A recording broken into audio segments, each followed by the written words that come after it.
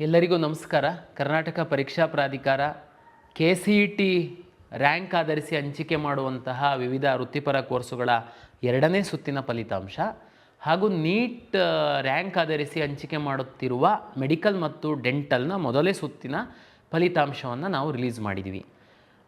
ಈ ಹಿಂದೆ ನಾವು ಹೇಳಿದ್ವಿ ಮೆಡಿಕಲ್ಲು ಡೆಂಟಲ್ಲು ನಾವು ಆಲ್ ಇಂಡಿಯಾದಕ್ಕೆ ಲಿಂಕ್ ಮಾಡ್ಕೊಂಡು ಮಾಡಬೇಕಾಗಿರೋದ್ರಿಂದ ಸ್ವಲ್ಪ ಡಿಲೇ ಆಯಿತು. ಮಾಕ್ ರಿಸಲ್ಟನ್ನು ಸಹ ಬಿಟ್ವಿ. ಈಗ ನಾನು ಈ ಎರಡನೇ ಸುತ್ತಿನ ಫಲಿತಾಂಶ ಪಬ್ಲಿಷ್ ಮಾಡಿದ ಮೇಲೆ ಏನು ಮಾಡಬೇಕು ಅಂತನ್ನುವಂಥದ್ದು ಪೋಷಕರಿಗೆ ವಿದ್ಯಾರ್ಥಿಗಳಿಗೆ ತಿಳಿಸ್ಲಿಕ್ಕೆ ನಾನು ಹಾಜರಿದ್ದೀನಿ. ತಮಗೆಲ್ಲ ಗೊತ್ತಿರುವಂತೆ AICTE ಅವರು ಸೆಪ್ಟೆಂಬರ್ 14ನೇ ತಾರೀಕು ಒಳಗಡೆ ನಮ್ಮ ಟೆಕ್ನಿಕಲ್ ಕೋರ್ಸಸ್ ವಿಶೇಷವಾಗಿ ಇಂಜಿನಿಯರಿಂಗಿಂದೆಲ್ಲ ಕೌನ್ಸಿಲಿಂಗ್ ಮುಗಿಸುವಂಥದ್ದಕ್ಕೆ ನಿರ್ದೇಶನವನ್ನು ನೀಡಿದ್ದಾರೆ. ತಮಗೆಲ್ಲ ಗೊತ್ತಿದೆ, ನಾವು 3 ರೌಂಡ ಪ್ರತಿ ವರ್ಷ ಮಾಡುವಂಥದ್ದು ಈ ಕೋರ್ಸ್ಗಳಿಗೆ. ಇನ್ನೂ ನಾವು 2ನೇ ರೌಂಡಿಂದ ಅಡ್ಮಿಷನ್ಸೇ ಮುಗ್ದಿಲ್ಲ. ಈಗ ಆಲ್ರೆಡಿ ನಾವು 24ನೇ ತಾರೀಕಲ್ಲಿ ಇದ್ದೀವಿ. ಹಾಗಾಗಿ ನಾವು ಈಗ ಒಂದು ತೀರ್ಮಾನ ಮಾಡಿದ್ದೀವಿ. ಇದು ವಿದ್ಯಾರ್ಥಿಗಳ ಹಿತದೃಷ್ಟಿಯಿಂದ ಈ ಎರಡನೇ ಸುತ್ತಿಂದು ಫಲಿತಾಂಶ ಏನು ಪ್ರಕಟ ಮಾಡಿದ್ದೀವಿ, ನಾನು ಈ ಹಿಂದಿನ ವಿಡಿಯೋದಲ್ಲಿ ಹಿಂದಿನ ಎಲ್ಲ ನಮ್ಮ ಮಾರ್ಗಸೂಚಿಗಳಲ್ಲಿ ಹೇಳಿದ್ದೀವಿ, ನೀಟ್ ರ್ಯಾಂಕ್ ಆಧರಿಸಿ ಹಂಚಿಕೆ ಮಾಡುವ ಮೆಡಿಕಲ್ ಡೆಂಟಲ್ ಸೀಟ್ಗಳನ್ನು ಹೊರತುಪಡಿಸಿ ಉಳಿದ ಎಲ್ಲ ಕೋರ್ಸುಗಳ ವಿದ್ಯಾರ್ಥಿಗಳು ಕಡ್ಡಾಯವಾಗಿ ಹಾಜರಾಗಬೇಕು ಅಂತ ಹೇಳಿದ್ದೀನಿ. ಅದು ತಮಗೆ ನೆನಪಿದೆ ಅಂತ ಭಾವಿಸ್ತೀನಿ. ಈಗ ಸಹ ನಾನು ಹೇಳ್ತಿರುವಂಥದ್ದು ನೀಟ್ ಆಧರಿಸಿ ಮೆಡಿಕಲ್ ಡೆಂಟಲ್ಲಿ ಹೊರತುಪಡಿಸಿ ಉಳಿದಿದ್ದೇನಿದೆ, ಇಂಜಿನಿಯರಿಂಗು, ವೆಟರ್ನರಿ, ಅಗ್ರಿಕಲ್ಚರ್ ರಿಲೇಟೆಡ್ ಇರುವಂಥದ್ದು, ನರ್ಸಿಂಗು, ಇದೆಲ್ಲದಕ್ಕೆ ಚಾಯ್ಸ್ 1 ಮತ್ತು 4 ಮಾತ್ರ ಇರುತ್ತೆ. ಚಾಯ್ಸ್ 1 ಹಾಕಿದರೆ ಹಣ ಕಟ್ತೀರಾ, ಕಾಲೇಜಿಗೆ ಹೋಗಿ ಅಡ್ಮಿಷನ್ ಹಾಕ್ತೀರಾ. ಚಾಯ್ಸ್ 4 ಹಾಕಿದರೆ ನಮ್ಮ ಕೌನ್ಸಿಲಿಂಗಿಂದ ಹೊರಗಡೆ ಹೋಗ್ತೀರಾ. ಯಾರಿಗೆ ಸೀಟೇ ಸಿಕ್ಕಿಲ್ಲ ತಾವು ಸಿಸ್ಟಮ್ ಒಳಗಡೆ ಇರ್ತೀರ, ತಮ್ಮದೇನೂ ಆಕ್ಷನ್ ಇರಲ್ಲ. ಇಲ್ಲಿ ಮೆಡಿಕಲ್ಲು ಡೆಂಟಲ್ ಅವ್ರು ಏನು ಮಾಡಬೇಕಪ್ಪ? ಓಕೆ, ತಮಗೆಲ್ಲ ಗೊತ್ತಿರುವಂತೆ MCC ಅವ್ರದ್ದು ರಿಸಲ್ಟು ತಮ್ಗೆ ಗೊತ್ತು. ಮುಂದೂಡಿ ಫೈನಲಿ MCC ಅವ್ರದ್ದು ರಿಸಲ್ಟ್ ಬಂದಿದೆ. ಸಾಮಾನ್ಯವಾಗಿ MCCನಲ್ಲಿ ಪಾರ್ಟಿಸಿಪೇಟ್ ಮಾಡಿರುವಂಥವರು ಕರ್ನಾಟಕ ಪರೀಕ್ಷಾ ಪ್ರಾಧಿಕಾರದಲ್ಲಿ ಪಾರ್ಟಿಸಿಪೇಟ್ ಮಾಡಿರೋಂಥ ವಿದ್ಯಾರ್ಥಿಗಳು ಸೇಮ್ ಇದ್ದಾರೆ. ಈ ರಾಜ್ಯಕ್ಕೆ ಬಂದು ಓಪನ್ ಕೆಟಗರಿನಲ್ಲಿ ಭಾಗವಹಿಸಿರುವಂತಹ ಅಕ್ಕಪಕ್ಕದ ರಾಜ್ಯದ ವಿದ್ಯಾರ್ಥಿಗಳೂ ಇದ್ದಾರೆ. ಅವರ ರಾಜ್ಯದಲ್ಲೂ ಅವರು ಭಾಗವಹಿಸಿರ್ತಾರೆ. ಈ ವಿದ್ಯಾರ್ಥಿಗಳಿಗೆ ನಾನು ಈ ಹಿಂದೆನೇ ಹೇಳಿದ್ದೆ, ನೀವು ಫ್ರೀ ಎಕ್ಸಿಟ್ ಆಗಿ ಹೋಗಬಹುದು, ನಿಮಗೊಂದು ಅವಕಾಶ ಕೊಡಬೇಕು ಅಂತ. ಈಗ ನಾನು ಮತ್ತೆ ಆ ನಿರ್ಧಾರ ಮಾಡಿದ್ದೀನಿ. ಏನು ಅಂತಂದರೆ, ಮೆಡಿಕಲ್ಲು ಡೆಂಟಲ್ಲಿಗೆ ಸಂಬಂಧಪಟ್ಟಂತೆ ನಮ್ಮಲ್ಲಿ ಸೀಟ್ ಪಡೆದಿರುವಂತಹ ವಿದ್ಯಾರ್ಥಿಗಳು MCCನಲ್ಲಿ ಸಹ ಸೀಟನ್ನು ಪಡೆದಿದ್ದೀರಾ. ವಿಶೇಷವಾಗಿ ಇಲ್ಲಿ ಸೀಟ್ ಪಡೆದಿರುವಂಥವರು MCCನಲ್ಲಿ ಸಹ ತಾವು 20 ಲಕ್ಷ ಆಸ್ಪಾಸಿನ ಫೀಸಿಂದು ಶುಲ್ಕ ಪಡೆದಿರ್ತೀರ. ನೀವು ಈಗ ತೀರ್ಮಾನ ಮಾಡೋ ಅವಕಾಶ ಇದೆ. ನಮ್ಮದು ಬಂದಿದೆ, ಅವ್ರದ್ದೂ ಬಂದಿದೆ. ಮತ್ತು MCC ಅವರು ಕರ್ನಾಟಕ ರಾಜ್ಯದಲ್ಲಿರುವಂಥ ಎಲ್ಲ ಸರ್ಕಾರಿ ಮೆಡಿಕಲ್ ಕಾಲೇಜುಗಳ 15% ಸೀಟ್ಗಳಿಗೆ ಸಹ ಅಲಾಟ್ ಮಾಡಿದ್ದಾರೆ. ಸುಮಾರು ವಿದ್ಯಾರ್ಥಿಗಳು ನನ್ನ ಪಟ್ಟಿಯಲ್ಲೂ ಇದ್ದಾರೆ, MCC ಪಟ್ಟಿಯಲ್ಲೂ ಇದ್ದಾರೆ. ನಾನು ಅವ್ರುಗಳಿಗೆ ವಿನಂತಿ ಮಾಡ್ಕೊಳ್ಳುವಂಥದ್ದು ಏನು ಅಂದರೆ, ಫೀಸು ನಮ್ಮದು ಅವ್ರದ್ದು ಸೇಮ್ ಇದೆ, ತಾವು ಅಲ್ಲಿ ಅಡ್ಮಿಷನ್ ತಗೊಳ್ಬೇಕು. ಕೆಲವೊಮ್ಮೆ ಓಕೆ, ನಮ್ಮದು ಕಾಲೇಜು ತುಂಬ ಚೆನ್ನಾಗಿದೆ, ಅಲ್ಲಿ ನಿಮಗೆ ಚೆನ್ನಾಗಿಲ್ಲ, ನಮ್ಮಲ್ಲೂ ತಗೊಳ್ಳಿ, ನಾನು ಫೋರ್ಸ್ ಮಾಡಿ ನೀವು ಹೋಗಲೇಬೇಕು ಅಂತ ಹೇಳ್ತಿಲ್ಲ. ಆದರೆ ಒಂದು ವೇಳೆ ಸೇಮ್ ಕಾಲೇಜು ನಮ್ಮಲ್ಲೂ ಸಿಕ್ಕಿದೆ, ಅಲ್ಲೂ ಸಿಕ್ಕಿದೆ, ದಯಮಾಡಿ ಅಲ್ಲೇ ತಗೊಳ್ಳಿ, ನಮ್ಮಲ್ಲಿ ಯಾಕೆ ತಗೊಳ್ತೀರಾ ಅನ್ನೋ ನನ್ನ ವಿನಂತಿ ಅಷ್ಟೇ. ಇದು ಒತ್ತಾಯ ಅಲ್ಲ. ಮೆರಿಟೋರಿಯಸ್ ವಿದ್ಯಾರ್ಥಿಗಳಿಗೆ, ಸರ್ಕಾರಿ ಮೆಡಿಕಲ್ ಕಾಲೇಜ್ ಸಿಕ್ಕಿರುವಂತಹ ವಿದ್ಯಾರ್ಥಿಗಳಿಗೆ ವಿನಂತಿ. ನೀವೇನಪ್ಪ ಮಾಡಬೇಕು, ನಿಮಗೆ only 1 option, choice 4 free exit ಮಾತ್ರ ಎನೇಬಲ್ ಮಾಡ್ತೀವಿ ಮೆಡಿಕಲ್ ಆ್ಯಂಡ್ ಡೆಂಟಲ್ ಅವರಿಗೆ. ತಾವು ಹೊರಗಡೆ ಹೋಗೋದಾದರೆ ಹೋಗಿ. ಉದಾಹರಣೆಗೆ ಒಂದು 200-300 ಸೀಟ್ಗಳೇನಾದ್ರೂ ವಿದ್ಯಾರ್ಥಿಗಳು ಹೊರಗಡೆ ಹೋದರೆ ನಾನು ಮೆಡಿಕಲ್ಲು ಡೆಂಟಲನ್ನು ರೀರನ್ ಮಾಡ್ತೀನಿ. ಇಲ್ಲಿ ಕೆಲವು ವಿದ್ಯಾರ್ಥಿಗಳಿಗೆ ಸಮಸ್ಯೆ ಕಂಡು ಬರುತ್ತೆ. ಸರ್, ನಾನು ಮೆಡಿಕಲ್ ಆಸ್ಪರೆಂಟ್ ಇದ್ದೀನಿ, ಇಂಜಿನಿಯರಿಂಗ್ ಸೀಟ್ ನನಗೆ ಸಿಕ್ಕಿದೆ, ನೀವು ಹೇಳ್ತಾ ಇದ್ದೀರಾ ಹೋಗಿ ಇಂಜಿನಿಯರಿಂಗ್ ಅಡ್ಮಿಷನ್ ಆಗು ಅಂತ. ಇಲ್ಲಿ MCC ಹೋಗೋ ವಿದ್ಯಾರ್ಥಿಗಳಿಗೆ ಹೊರಗಡೆ ಕಳಿಸ್ಬಿಟ್ಟು ನೀವು ರೀರನ್ ಮಾಡ್ತೀವಿ ಅಂತಂದಾಗ, ನಾನು ಇಂಜಿನಿಯರಿಂಗಿಂದ ನನಗೆ ಮೆಡಿಕಲ್ ಅಪ್ಗ್ರೇಡ್ ಆಗುತ್ತೆ ಸರ್, ನಾನು ಹೋಗಿ ಇಂಜಿನಿಯರಿಂಗ್ ಕಾಲೇಜಿಗೆ ಅಡ್ಮಿಷನ್ ಆಗಿ ನನಗೆ ಸಮಸ್ಯೆ ಆಗುತ್ತೆ. ನಮ್ಮ ಪರಿಸ್ಥಿತಿನೂ ತಾವು ಅರ್ಥ ಮಾಡ್ಕೊಳ್ಳಿ. ನಾವು ಹಿಂದಿನ ಎಲ್ಲ ಅನುಭವದಲ್ಲಿ ಈ ಥರ ಆ ಕಡೆ ಈ ಕಡೆ ಜಂಪ್ ಆಗುವಂತಹ ವಿದ್ಯಾರ್ಥಿಗಳ ಸಂಖ್ಯೆ 100-200 ವಿದ್ಯಾರ್ಥಿಗಳು ಮಾತ್ರ. ಅವರಿಗೋಸ್ಕರ ನಾನೇನಾದ್ರೂ ಮೆಡಿಕಲ್ ಡೆಂಟಲ್ ಹೊರಗೋಗೋರಿಗೆ ಬಿಟ್ಟು ಎಂಟೈರ್ ಡಾಟಾ ರನ್ ಮಾಡಿದರೆ ನನಗೆ 4 ಡೇಸ್ ಬೇಕು. ನಾನು ಇನ್ನೊಂದು ರೌಂಡ್ ಬೇರೆ ಕೋರ್ಸ್ಗಳಿಗೆ ಮಾಡಬೇಕು. ಅವರೇನು ಚಿಂತೆ ಮಾಡಬೇಡಿ. ನೀವು ಇಂಜಿನಿಯರಿಂಗ್ ಕಾಲೇಜಿಗೆ ಹೋಗುವಂಥವರು ತಾವು ಆ ಇಂಜಿನಿಯರಿಂಗ್ ಸೀಟ್ ಬಿಟ್ಟು ಕೊಡೋದಕ್ಕೆ ಕಾಲೇಜವ್ರು ಒಪ್ಪಿದ್ದಾರೆ, ಆ ಸೀಟನ್ನು ನಾನು 3rd ರೌಂಡಲ್ಲಿ ಹಾಕ್ತೀನಿ. ಇನ್ನೊಬ್ರು ಹೇಳ್ಬೋದು ನೀವು, ಸರ್ ಆ್ಯಕ್ಚುಲಿ ನಂದು ಟಾಪ್ ಇಂಜಿನಿಯರಿಂಗ್ ಕಾಲೇಜ್ ಬೇಕಾಗಿತ್ತು, ನನಗೆ ಸಿಕ್ಕಿಲ್ಲ, ಸೆಕೆಂಡು ಪ್ರಿಯಾರಿಟಿ ಸಿಕ್ಕಿದೆ, ನೀವು ಹೇಳೋ ಹೊತ್ತಿಗೆ ನಾನು ಹೋಗಿ ಅಡ್ಮಿಷನ್ ಆಗ್ತಾಯಿದ್ದೀನಿ ಅನಿವಾರ್ಯವಾಗಿ. ಆ ಟಾಪ್ ಕಾಲೇಜಲ್ಲಿ ಇದ್ದವನಿಗೆ ನೀವು ರೀರನ್ ಮೆಡಿಕಲ್ ಡೆಂಟಲ್ ಮಾಡೋದ್ರಿಂದ ಅವನು ಮೆಡಿಕಲ್ಲಿಗೆ ಹೋಗ್ಬಿಡ್ತಾನೆ, ಆ ಸೀಟ್ ಉಳಿಯುತ್ತೆ, ಅದು ನನಗೆ ಅನ್ಯಾಯ ಆಗುತ್ತಲ್ಲ. ಡೋಂಟ್ ವರಿ, ನಿಮಗೆ ಅನ್ಯಾಯ ಆಗಲ್ಲ.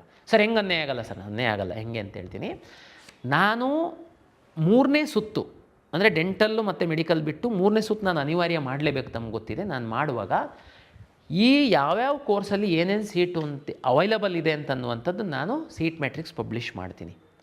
ಉದಾಹರಣೆಗೆ, ನೀವು ವೆಟರ್ನರಿ ಆಸ್ಪಿರೆಂಟ್ ಇದ್ದೀರಾ, ಬಟ್ ಅನ್ಫಾರ್ಚುನೇಟ್ಲಿ ನಿಮಗೆ ಈಗ ಸಿಕ್ಕಿಲ್ಲ, ಬಟ್ ಬಾರ್ಡ್ರಲ್ಲಿದ್ದೀರಾ ನೀವು. ನಾನು ಹೇಳಿರೋ ಹೊತ್ತಿಗೆ ನೀವು ಹೋಗಿ ಇಂಜಿನಿಯರಿಂಗ್ ಕಾಲೇಜಲ್ಲಿ ಅಡ್ಮಿಷನ್ ಆಗಿದ್ದೀರಾ. 1-2 ವೆಟರ್ನರಿ ಸೀಟ್ ಸಿಕ್ತು ಅಂತಂದ್ರೂ ನೀವು ಅಲ್ಲಿಗೆ ಜಂಪ್ ಆಗ್ತೀರಾ. ಓಕೆ, ನಾನು ಮೆಡಿಕಲ್ ಡೆಂಟಲ್ಲು ವಿದ್ಯಾರ್ಥಿಗಳಿಗೆ ರೀರನ್ ಮಾಡಿದಾಗ MCCಗೆ ಹೋಗೋ ವಿದ್ಯಾರ್ಥಿಗಳನ್ನ ಹೊರಗಡೆ ಕಳಿಸಿ ಯಾರಾದರೂ ಒಬ್ಬ ವೆಟರ್ನರಿ ವಿದ್ಯಾರ್ಥಿ ಮೆಡಿಕಲ್ ಸಿಕ್ಬೋದು, ಆವಾಗ ನೀವು ಅಲ್ಲಿಗೆ ಹೋಗೋ ಪರಿಸ್ಥಿತಿ ಬರುತ್ತೆ. ಡೋಂಟ್ ವರಿ, ನೀವು 3ನೇ ಸುತ್ತಲ್ಲಿ ಬರಬೇಕು. ಬಟ್ ಇಲ್ಲೊಂದು ಜಾಗೃತಿ ವಹಿಸಬೇಕು ವಿದ್ಯಾರ್ಥಿಗಳು. ಕಳೆದ ವರ್ಷ ಏನಾಗಿದೆ, 3ನೇ ರೌಂಡ್ ಅಪ್ಗ್ರೇಡೇಷನ್ ಆಗುವಾಗ ನಾವು ಈ ಆನ್ಲೈನ್ ಸಿಸ್ಟಮ್ ಇರೋದ್ರಿಂದ ಕಾಲೇಜಿಗೆ ಸುಮ್ಮನೆ ಕೂತ್ಕೊಂಡು ಆಪ್ಷನ್ ಎಂಟ್ರಿ ಮಾಡಿ ಸಿಗುತ್ತೋ ಬಿಡುತ್ತಾ ಅಂತ, ಸಿಕ್ಕಿದಾಗ ನಿಮ್ದು ಆಟೋಮೆಟಿಕ್ಕಾಗಿ ಅಲ್ಲಿ ಸಿಕ್ಕಿರೋದು ಕ್ಯಾನ್ಸಲ್ ಆಗಿಬಿಡುತ್ತೆ. ಎನಿವೆ ಅದು ನಾನು ಮುಂದಿನ 3rd ರೌಂಡು ಕೌನ್ಸಿಲಿಂಗ್ ಶುರು ಮಾಡುವಾಗ ನಾನು ನಿಮಗೆ ಎಕ್ಸ್ಪ್ಲೈನ್ ಮಾಡ್ತೀನಿ. ಈಗ ನಾನು ತಮಗೆ ಸಂಕ್ಷಿಪ್ತವಾಗಿ ಹೇಳುವಂಥದ್ದು ಇಷ್ಟೇ. 25ನೇ ತಾರೀಕು ಬೆಳಿಗ್ಗೆಯಿಂದ ತಾವು 4 ದಿವಸ ಅಂದರೆ 28ನೇ ತಾರೀಕಿನ ತನಕ ನಾನು ನಿಮಗೆ ಅವಕಾಶ ಕೊಡ್ತಾಯಿದ್ದೀನಿ. ಯಾರಿಗೆ? ಅಡ್ಮಿಷನ್ ಆಗೋರಿಗೆ ದಯಮಾಡಿ CET ರ್ಯಾಂಕ್ ಆಧರಿಸಿ ಏನಿದ್ದೀರಾ ತಾವು ಅಡ್ಮಿಷನ್ ಆಗಿ. 25 ಮತ್ತು 26ನೇ ತಾರೀಕು 2 ದಿವಸ ನಾನು ಫ್ರೀಯಾಗಿ ನಮ್ಮಿಂದ ಹೋಗುವ, ಯಾವುದು ಪೆನಾಲ್ಟಿ ಇಲ್ಲ, ಮತ್ತೊಂದು ಏನೂ ಇಲ್ಲ. ತಾವು MCCನಲ್ಲಿ ಸಿಕ್ಕಿ ಹೋಗುವಂಥವರು ದಯಮಾಡಿ ಹೋಗಿ ಅನ್ನುವಂಥದ್ದು ನನ್ನ ವಿನಂತಿ. ಅರ್ಥ ಆಗಿದೆ ಅಂತ ಭಾವಿಸ್ತೀನಿ. ತುಂಬ ಸಿಂಪಲ್ಲು. ಮೆಡಿಕಲ್ಲು ಡೆಂಟಲ್ ಅವರು 25, 26ನೇ ತಾರೀಕು MCCನಲ್ಲಿ ಸಿಕ್ಕಿದ್ದು ಅಥವಾ ನಿಮ್ಮ ಬೇರೆ ರಾಜ್ಯಗಳಲ್ಲಿ ಸಿಕ್ಕಿದ್ದು ತಾವು ಹೋಗುವಂಥದ್ದಕ್ಕೆ ಬಯಸುವಂಥವರು ಫ್ರೀಯಾಗಿ ಚಾಯ್ಸ್ 4 ಹಾಕಿ ಹೋಗಿ. ಉಳಿದಂತಹ ಕೋರ್ಸಿನ ವಿದ್ಯಾರ್ಥಿಗಳು 28ನೇ ತಾರೀಕಿನ ತನಕ ಅಡ್ಮಿಷನ್ ಆಗುವಂಥದ್ದಕ್ಕೆ ವ್ಯವಸ್ಥೆ ಮಾಡಿ. ಸರ್ ಏನು ಸರ್ 4 ದಿನ ಟೈಮ್ ಸಾಕಾಗಲ್ಲ, ಅರ್ಥ ಮಾಡ್ಕೊಳ್ಳಿ, ನಾವು ಇನ್ನೊಂದು ರೌಂಡ್ ಮಾಡಬೇಕು ಬೇರೆ ಕೋರ್ಸಿಗೆ. ಟೈಮ್ ಸಾಕಷ್ಟು ಆಗಿಬಿಟ್ಟಿದೆ, ತಮಗೆಲ್ಲ ಗೊತ್ತಿದೆ. ತಾವು ಕಾಲೇಜಿಗೆ ಹೋಗುವಂಥದ್ದಕ್ಕೆ ಏನು ಕ್ಲೈಮ್ಡ್ ಕ್ಯಾಟಗರಿ, ನಿಮಗೆ ಸೀಟ್ ಅಲಾಟೆಡ್ ಕ್ಯಾಟಗರಿ ದಾಖಲೆಗಳನ್ನ ತಗೊಂಡು ಹೋದರೆ ಸಾಕು, ನಿಮ್ದು ಅಡ್ಮಿಷನ್ ಆಗಿಬಿಡುತ್ತೆ. ಹಾಗಾಗಿ ವ್ಯವಸ್ಥೆ ಮಾಡ್ಕೊಳ್ಳಿ. ಆನ್ಲೈನ್ ಪೇಮೆಂಟ್ ಇದೆ. ಆಮೇಲೆ ಯಾರು ಈ ಒಂದು 100-200 ವಿದ್ಯಾರ್ಥಿಗಳು ಸ್ವಲ್ಪ ಆ ಕಡೆ ಹೋಗಿ ಈ ಕಡೆ, ಅದು ಏನು ಚಿಂತೆ ಮಾಡಬೇಡಿ. ಎಲ್ಲ ವಿದ್ಯಾರ್ಥಿಗಳು ಕಾಲೇಜಿಗೆ ಕಟ್ಟುವಂಥ ಶುಲ್ಕ ನಮ್ಮ ಬಳಿ ಇರುತ್ತೆ, KE ಅವ್ರ ಹತ್ರನೇ. ನೀವು ಕಾಲೇಜಿಗೆ ಜಸ್ಟ್ ಕಾಲೇಜ್ ಹಾಸ್ಟೆಲ್ ಫೀಸು ಮತ್ತು ಇಂಜಿನಿಯರಿಂಗ್ ಕಾಲೇಜ್ ಆದರೆ ಸ್ಕಿಲ್ ಲ್ಯಾಬ್ ಫೀಸ್ ಅಂತ ಏನೊಂದು ತಗೊಳ್ತಾರೆ ಬಿಟ್ಟರೆ ಬೇರೆ ಯಾವುದು ತಗೊಳಲ್ಲ. ಅವರು ಸಹ ಫ್ರೀಯಾಗಿ ಹೊರಗಡೆ ಕಳಿಸ್ಕೊಡುವಂಥದ್ದಕ್ಕೆ ಸರ್ಕಾರಕ್ಕೆ ಒಪ್ಪಿದ್ದಾರೆ. ಹಾಗಾಗಿ ನೀವು ಚಿಂತೆ ಮಾಡುವಂತಹ ಅಗತ್ಯ ಇಲ್ಲ. ತಮ್ಗೆ ಅರ್ಥ ಆಗಿದೆ ಅಂತ ಭಾವಿಸ್ತೀನಿ. ದಯಮಾಡಿ ಈ ಒಂದು ವ್ಯವಸ್ಥೆನ 25 ಮತ್ತು 26 ಫ್ರೀ ಎಕ್ಸಿಟ್ MCCನಲ್ಲಿ ಸೀಟ್ ತಗೊಂಡಿರೋರು, 25ರಿಂದ 28 ತನಕ CET ಕೋರ್ಸ್ಗಳಲ್ಲಿ ಅಡ್ಮಿಷನ್ನಿಗಿರುವಂಥದ್ದು ತಾವು ಮಾಡ್ತೀರಾ ಅಂತ ಭಾವಿಸಿದ್ದೀನಿ. NRI ಒಳಗಡೆ ಯಾರು ಸೀಟ್ ತಗೊಂಡಿದ್ದೀರಾ ತಮಗೆಲ್ಲ ಗೊತ್ತಿದೆ. ಕಳೆದ ವರ್ಷದಿಂದ ನಾವು ನಿಮಗೆ ಯಾರು ಸ್ಪಾನ್ಸರ್ ಮಾಡ್ತೀವಿ ಅಂತ ಪ್ರಮಾಣ ಪತ್ರ ಕೊಟ್ಟಿದ್ದಾರೆ ಅವರ ಅಕೌಂಟಿಂದನೇ ನಾವು ಹಣವನ್ನು ಸ್ವೀಕರಿಸುವಂಥದ್ದು. ಅದು ಡಾಲರ್ಸಲ್ಲಾದ್ರೂ ಕೊಡಿ ಅಥವಾ ಅವ್ರ ಅಕೌಂಟು ಇಂಡಿಯಾದಲ್ಲೊಂದು NRE ಅಕೌಂಟ್ ಅಂತ ಮಾಡಿರ್ತಾರೆ, ಅವರಿಂದ ನೀವು ನಮಗೆ ಹಣ ಕೊಡಬೇಕಾಗತ್ತೆ. ಸುಮ್ಮನೆ ನೀವು ಅವರು ಬರೀ ಒಂದು ವೈಟ್ ಪೇಪರಲ್ಲಿ ಒಂದು ಎಂಬಸಿ ಇದರಲ್ಲಿ ಪೇಪರಲ್ಲಿ ನಾನು ಸ್ಪಾನ್ಸರ್ ಮಾಡ್ತಾಯಿದ್ದೀನಿ ಅಂತ ಲೆಟ್ರ್ ಕೊಟ್ಬಿಟ್ಟು ಅಷ್ಟಕ್ಕೆ ಅವ್ರದ್ದು ಮುಗೀತು, ನೀವು ತಗೊಂಡು ಬಂದು ನಮಗೆ ದುಡ್ಡು ಕಟ್ಟುವಂಥದ್ದಕ್ಕೆ ಇಲ್ಲ. ಸ್ಪಾನ್ಸರರೇ ದುಡ್ಡು ಕೊಟ್ಟಬೇಕಾಗುತ್ತೆ. ಆಮೇಲೆ ಇನ್ನೊಂದು ಹೇಳ್ತೀನಿ, ಈಗ ಸರ್ ನಾನು ಆಪ್ಷನ್ ಚೇಂಜ್ ಮಾಡ್ತೀನಿ, LM ಹಾಕ್ತೀನಿ ಮರ್ತೋಗಿತ್ತು, RM ಹಾಕ್ತೀನಿ, ನೋ, ಯಾರಿಗೆ ಅವಕಾಶ ಇಲ್ಲ. ದಯಮಾಡಿ ಸಹಕಾರ ಕೊಡಬೇಕು. ನಾವು ಕೊಡುವಂಥ ಎಲ್ಲ ಅವಕಾಶಗಳನ್ನ ಕೊಟ್ಟಿದ್ದೀವಿ. ಮಾರ್ಕ್ ರಿಸಲ್ಟ್ ಆದಮೇಲೆ ಲಿಂಕ್ ಮಾಡೋದಕ್ಕೆ ಸಹ ನಾವು ಅವಕಾಶ ಕೊಟ್ಟಿದ್ದೀವಿ. ಇದಕ್ಕಿಂತ ಯಾರು ಹೆಚ್ಚಿನ ಅವಕಾಶ ಕೊಡೋದಕ್ಕೆ ಸಾಧ್ಯ ಇಲ್ಲ. ಈಗ ನಾವು ಏನೋ ಪಬ್ಲಿಷ್ ಮಾಡಿದ್ದೀವಿ ಲಿಸ್ಟು, ಇದ್ರ ಹೊರಗಡೆ ಹೋಗೋರಿಗೆ ಬಿಟ್ಟು ನಾವು ರನ್ ಮಾಡುವಂಥದ್ದು. ಇದರಲ್ಲಿ ಕನ್ನಡ ಪರೀಕ್ಷೆ ಬರೆದಂಥವ್ರು ಅಂದರೆ ರೀಸೆಂಟಾಗಿ ಪರೀಕ್ಷೆ ಬರೆದಂಥವ್ರು ಒಂದು 24-25 ವಿದ್ಯಾರ್ಥಿಗಳು ತಾಂತ್ರಿಕ ಕಾರಣದಿಂದ ಅವರು ಈ ನಮ್ಮ ಕನ್ನಡಿಗರು ಕೋಟಾದೊಳಗಡೆ ಅಲಾಟ್ ಆಗಿಲ್ಲ ಅನ್ನುವಂಥದ್ದು ನಮಗೆ ಅಬ್ಜೆಕ್ಷನ್ ಬಂದಿದೆ. ಅದನ್ನು ಪರಿಶೀಲನೆ ಮಾಡ್ತಾ ಇದ್ದೀವಿ. ಅದು ನಮ್ಮಿಂದ ತಪ್ಪಾಗಿದ್ದರೆ ಅವ್ರು ಮಾತ್ರ ಒಳಗಡೆ ಇರ್ತಾರೆ ಅಷ್ಟೇ. ಅದು ಸರಿಪಡಿಸುವಂಥದ್ದು ತಾಂತ್ರಿಕ ಕಾರಣ ನಮ್ಮದಿರುತ್ತೆ. ಅದು ಬಿಟ್ಟು ಸರ್ ಹೆಂಗಿದ್ರು ನೀವು ರೀರನ್ ಮಾಡ್ತಿರಲ್ಲ ಸರ್, ನಂದೊಂದು LM ಸೇರಿಸಿ ಸರ್, ಹೆಂಗಿದ್ರು ರೀರನ್ ಮಾಡ್ತೀರಾ ಸರ್ ನೀವು, ನಾನೊಂದು ಆಪ್ಷನ್ ಮೇಲೆ ಕೆಳಗೆ ಮಾಡ್ತೀನಿ, ನೋ, ಯಾವುದಕ್ಕೆ ಅವಕಾಶ ಇಲ್ಲ. ದಯಮಾಡಿ KA ಕಡೆ ಬರೋಕ್ಕೆ ಹೋಗಬೇಡಿ, ಫೋನ್ ಮಾಡಬೇಡಿ, ಮೇಲ್ ಮಾಡಬೇಡಿ, ಅವಕಾಶ ಇರಲ್ಲ. ಓನ್ಲಿ ಹೊರಗಡೆ ಹೋಗೋವರಿಗೆ ಕಳಿಸ್ಕೊಟ್ಟು ಆ ಸೀಟ್ಗಳನ್ನ ಹಾಕ್ಕೊಂಡು ನಾವು ರೀರನ್ ಮಾಡುವಂಥವ್ರು ಇದ್ದೀವಿ. ರಿಲಿಜಿಯಸ್ ಮೈನಾರಿಟಿ ಕ್ಲೈಮ್ ಮಾಡಿರೋ ವಿದ್ಯಾರ್ಥಿಗಳು, ಲಿಂಗ್ವಿಸ್ಟಿಕ್ ಮೈನಾರಿಟಿ ಕ್ಲೈಮ್ ಮಾಡಿರುವಂತಹ ಮೆಡಿಕಲ್ಲು ಡೆಂಟಲ್ ವಿದ್ಯಾರ್ಥಿಗಳು ತಾವು ತಮಗೆಲ್ಲ ಗೊತ್ತಿರುವಂತೆ ತಮ್ಮ HM ಇಂದ ಪ್ರಮಾಣ ಪತ್ರ ತಗೊಂಡು BUO ಇಂದ ಕೌಂಟ್ರ್ ಸೈನ್ ಮಾಡಿರ್ತೀರ. ಮತ್ತು PU ನಲ್ಲಿ ಪ್ರಿನ್ಸಿಪಲಿಂದ ತಾವು ಪ್ರಮಾಣ ಪತ್ರವನ್ನು ತಗೊಂಡ್ಬಿಟ್ಟು ತಾವು DDPU ಇಂದ ಕೌಂಟ್ರ್ ಸೈನ್ ಮಾಡಿರ್ತೀರ. ಇದು ಎರಡೂ ಪ್ರಮಾಣ ಪತ್ರಗಳು ಈ ಕೆಟಗರಿ ಒಳಗಡೆ ಸೀಟ್ ತಗೊಂಡಿರುವಂಥವ್ರು ಕಾಲೇಜಿಗೆ ಅಡ್ಮಿಷನ್ ಮಾಡೋದಕ್ಕೆ ಹೋದಂಥ ಸಂದರ್ಭದಲ್ಲಿ ಕಡ್ಡಾಯವಾಗಿ ಕೊಡಬೇಕು. ತಾವು ಇಲ್ಲ ಸರ್ ನಮ್ಮ ಹತ್ರ ಪ್ರಮಾಣ ಪತ್ರ ಇರಲಿಲ್ಲ, ಏಕೆಂದರೆ ಹಿಂದೆಲ್ಲ ಕಾಲೇಜ್ಗಳಲ್ಲೇ ವೆರಿಫೈ ಆಗಿರುವಾಗ ತಾವೇನಾದರೂ ಮ್ಯಾನೇಜ್ ಮಾಡಿರ್ಬೋದು, ಅಥವಾ ನೀವು ಕನ್ವಿನ್ಸ್ ಆಮೇಲೆ ತಂದು ಕೊಡ್ತೀವಿ ಅಂತ. ಬಟ್ ಆದರೆ ನಿಮ್ಮ ಅಡ್ಮಿಷನ್ ಕ್ಯಾನ್ಸಲ್ ಆಗುತ್ತೆ, ನೀವು ಕೌನ್ಸಿಲಿಂಗಿಂದ ಹೊರಗಡೆ ಹೋಗ್ತೀರಾ.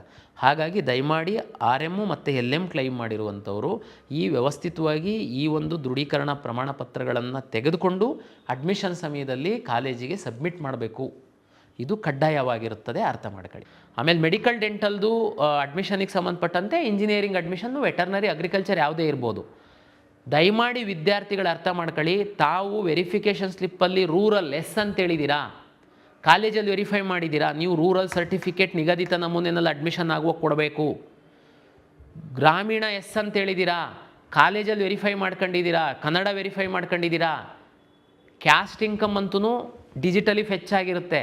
ನಮಗೆ ಸಮಸ್ಯೆ ಇರೋದು ಗ್ರಾಮೀಣ ಮತ್ತು ಕನ್ನಡ ಮಾಧ್ಯಮ, ಇದು ಎರಡೂ ಡಿಜಿಟಲಿ ಕೊಡ್ತಿಲ್ದಿರೋದ್ರಿಂದ ತಾವು ಮ್ಯಾನ್ಯುವಲ್ ಹಾಕಿದ್ದೀರಾ, ಕಾಲೇಜಲ್ಲಿ ಹೋಗಿ ತೋರಿಸಿದ್ದೀರಾ, ಎಸ್ ಅಂತೇಳಿದ್ದೀರಾ. ಈಗ ಅಡ್ಮಿಷನ್ ಆಗುವಾಗ ನೀವು ಆ ಮೂಲ ದಾಖಲೆಗಳನ್ನ ದೃಢೀಕೃತ ಪ್ರತಿಯನ್ನು ಕಾಲೇಜಲ್ಲಿ ಕೊಡಬೇಕು, ಕರೆಕ್ಟ್ ಇರಬೇಕು.